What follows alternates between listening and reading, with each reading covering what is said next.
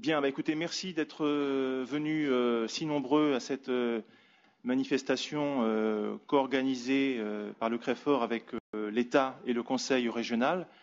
Conseil régional que je remercie de nous accueillir dans cet hémicycle. Donc, journée intéressante puisque nous allons non pas faire le bilan de 10 années de la VAE, bien évidemment, mais on va aborder, vous avez vu le programme, avec toute une série d'intervenants et de thématiques d'échanges.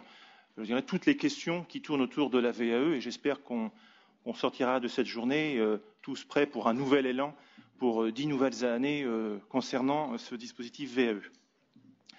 Donc, vous avez trouvé dans la petite mallette qui vous a été remis toute une série de dossiers, notamment un dossier éclairage qui essaie justement de faire un retour sur la VAE de 2002 à aujourd'hui, plus une série de feuillets qui présentent les actions qui vont vous être présentées dans la journée, là, ce matin et puis cet après-midi. En termes d'actions, c'est le choix que nous avons fait d'avoir effectivement centré, au-delà des présentations sur la VAE par Vincent Merle, sur les perspectives, sur un peu une forme de bilan, avec Daniel Sanchez sur la dimension chiffrée pour la Haute-Normandie et avec André Chauvet en fin de journée sur la dimension pratique qui vous intéresse, les pratiques professionnelles qui vous intéressent, vous, directement, les professionnels de la VAE.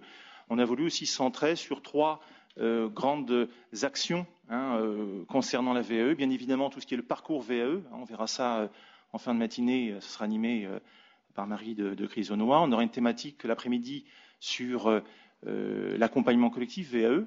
Et donc, ce sera Bénédicte Pinault de la Directe qui animera cet atelier, cette action.